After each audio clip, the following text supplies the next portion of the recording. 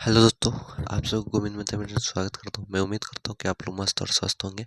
तो आप लोग जैसा कि थंबनेल कहीं देख करके ही आप लोग पता कर चुके होंगे कि हम लोग आज किस टॉपिक पर चलेंगे। तो हम लोग का टॉपिक है कि मान सारणी में जो सबसे बेस्ट ट्रिक होता है। बेस्ट ट्रिक क्या है? बेस्ट ट्रिक जो हमारा 2 मिनट में कंप्लीट हो जाए, 2 मिनट में हमारा पूरा चार्ट तैयार हो जाए। ठीक है, तो चार्ट नंबर देख लीजिए हमारा कि इस चार्ट में मान सारणी किस तरह से कितना कम समय में हम लोग ट्रिक के माध्यम से बना सकते हैं। और ये 100% याद होने वाला ट्रिक होगा, जो कि बहुत ही आसान तरीका से हमको करना होगा। तो हम लोग को सिर्फ इतना ही करना है कि 0 1 2 3 4 इस तरह से लिख देना। लिख लिए, उसके बाद हमको इस सब में 4 से भाग कर देना, यानी कि बट्टा में 4 कर देना। इतना समझ रहे हैं? सब में बट्टा में 4 कर देना। अब 4 कर दिए।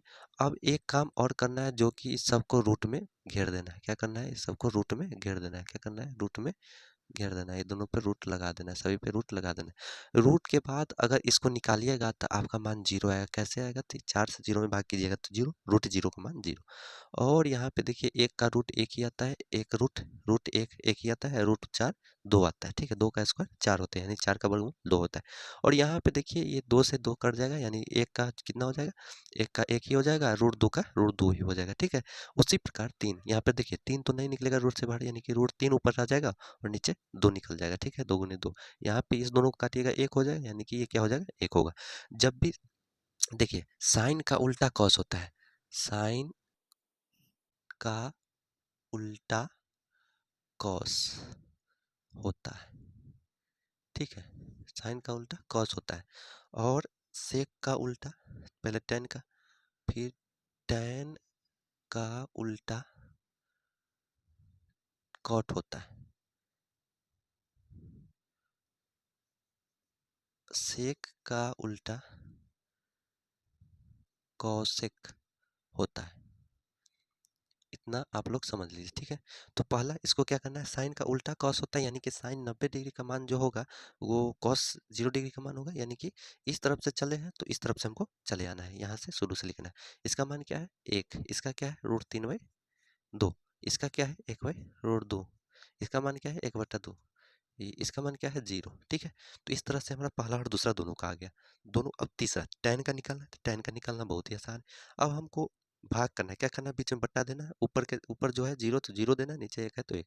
इसका मान हमारा 0 ही आएगा, ये हमेशा 0 ही आएगा। उसके बाद यहाँ 2 और 2 कट जाएगा नीचे नीचे, यानी ऊपर कितना है? 1 है, नीचे कितना है? √3 है, तो हमको ये हो जाएगा। ठीक है, ऊपर कितना है? 1 है, नीचे कितना है? 1 है। यहाँ पे ऊपर ऊपरे ऊपरे का देखना है, नीचे का नीचे कट जाएगा। ठीक है, तो भाग देखिए, तो ये 1 हो जाएगा। ठीक है, और यहाँ देखिए नीचे नीचे कट जाएगा, तो ऊपर क्या है? √3 है, बट्टा में क्या है? 1 है। 1 से √3 में भाग कीजिएगा, √3 ही आएगा।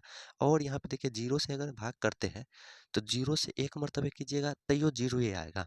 जैसे यहाँ पे आप लोग कभी नहीं सोचे होंगे कि अगर 0 से 1 में भाग किया जाए तो क्या मान आएगा।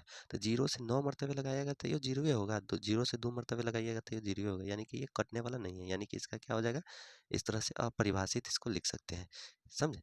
तो यहाँ पे ये क्या हो जाएगा? अपरिभाषित। समझे? इसको कभी चर्चा किए थे? आप सोचे थे ऐसा क्या? भाग देकर देखे थे? नहीं देखे तो देख लीजिए, यहाँ पे इस तरह से होता है। और देखिए, यहाँ tan का उल्टा क्या होता है? कॉट, यानी कि इधर से हमको यहाँ से शुरू से लिखते चलना है, इधर से इधर, यानी कि इधर से इधर, यानी अपरिभाषित, यहाँ पे अपरिभाषित लिख देना। यहाँ है √3, यहाँ क्या है? 1 है, यहाँ पे क्या है? 1 है। यहाँ पे क्या है? 1/√3। यहाँ क्या है? 0। अब सेक की ओर चलिए। सेक में क्या करना है? तो जिस तरह से इधर से 0 1 2 3 4 लिखे थे ना, तो हम लोग को इधर से लिखना है 0 1 2 3 4। लिख ली। अब लिखने के बाद, इसको लिखने के बाद हम लोग ये लिख लिए, उसके बाद हमको फिर सब पे बट्टा देना है। बट्टा देना है, इसके ऊपर देना है। उसमें नीचे दिए थे, इसमें ऊपर देना है। और ऊपर 4 4 लिखना है। ऊपर क्या क्या लिखना है? ऊपर 4 4 लिखना है। उसमें नीचे लिखे थे, इसमें ऊपर लिखना है। फिर इसको भी रूट में बंद करना है। इसमें क्या करना है? इस सभी को रूट में बंद करना है। क्या करना है? इस सभी को रूट में बंद करना है। रूट में बंद कर दीजिए। और फिर उसी तरह से इसका मान निकालिए, 1, यानी कि √1 का मान 1 होगा। अब देखिए, √4 यानी कि 2 बाहर आ जाएगा और √3 अंदर ही रह जाएगा। और यहाँ पे देखिए 2 दूना 4, यानी कि कहने का मतलब √2 हमारा रब बच जाएगा।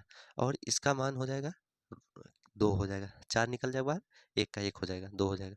और 0 से 4 में भाग कीजिएगा तो कितना आएगा? अभी हमने बताया कि 0 से किसी भी संख्या में कीजिएगा तो ये अपरिभाषित होगा, यानी कि यहाँ पे हो जाएगा अपरिभाषित, समझे। और इसी को उल्टा लिखना है, अपरिभाषित यहाँ पे लिख दीजिए, फिर इधर का ये 2 लिख दीजिए, इधर का √2 लिख दीजिए, इधर का 2/√3 लिख दीजिए और इधर का 1 लीजिए। देखिए आपका जो मान सारणी है, मान सारणी वो तैयार है, मान सारणी आपका जो है वो तैयार है। देख लीजिए इस तरह से इतना कम समय में आप इतना सुंदर जैसे चार्ट को बना सकते हैं। कितना देर लगा, एकदम हम समझाते हुए बनाए तब इतना समय लगा। आपको किसी को समझाना नहीं, खुद बनाना है तो आप कितना जल्दी बना सकते हैं। यहाँ देखिए सेक का उल्टा, यानी कहने का मतलब है कि यहाँ से जो चले हैं ना, तो फिर यहाँ से लिखेंगे तो इधर इधर वाला यहाँ लिखेंगे, इधर वाला यहाँ, इधर वाला यहाँ, इधर वाला यहाँ, इधर वाला यहाँ, समझ गया। इधर चलेंगे फिर इधर से वापस आएंगे, ठीक है, समझ गए। तो मान सारणी इतना आसान था। इस चैनल को सब्सक्राइब करें और बेल आइकन पर ऑल पर प्रेस करें। धन्यवाद, मिलते हैं किसी नेक्स्ट वीडियो में।